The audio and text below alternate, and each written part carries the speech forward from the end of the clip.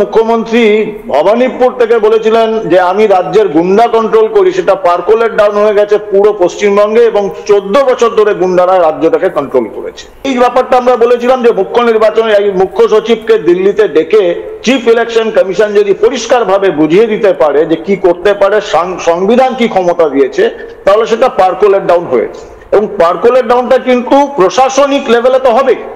মুখ্যমন্ত্রী যে হয়ে গেছে সেটা দেখে একটু অবাক হলাম, কারণ ওনার কাছে নিশ্চিতভাবে খবর আছে যে মুখ্যমন্ত্রী কি রোহিঙ্গাদের ফেরত পাঠাবেন। আমি বলছি না, পাঠাতে গেলে তো ওনাকেও সঙ্গে যেতে হবে। এই যে 3টে নির্বাচন জিতেছেন, লোকসভায় জিতেছেন 2বার, কি করে?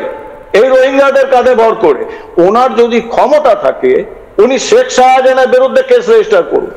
সন্দেশখালী, দক্ষিণ 24 পরগনায় যারা যারা করেছে, ওই আরেকজন বিধায়ক আছে না যাকে মুখ্যমন্ত্রী বলেছিলেন সবার থেকে তুই তো বোম টোম বাঁধিস, তার বিরুদ্ধে এফআইআর করুন।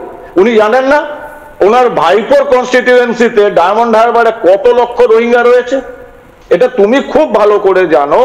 এই কয়েকদিন আগে একটি রিসার্চ পেপার আমার হাতে এসেছে, অনেকের কাছে গেছে। আইআইটি IIM এর দুজন সিনিয়র গবেষক বিদুশিখর এবং মিলন কুমার, যারা ডকুমেন্ট দিয়ে, প্রুফ করে, ডেটা দিয়ে এবং ভারত সরকারের ডেটা অ্যানালিসিস করে দেখিয়েছে পশ্চিমবঙ্গে 1,04,000, আমি রিপিট করছি, 1,04,000 ভুয়ো ভোটার রয়েছে।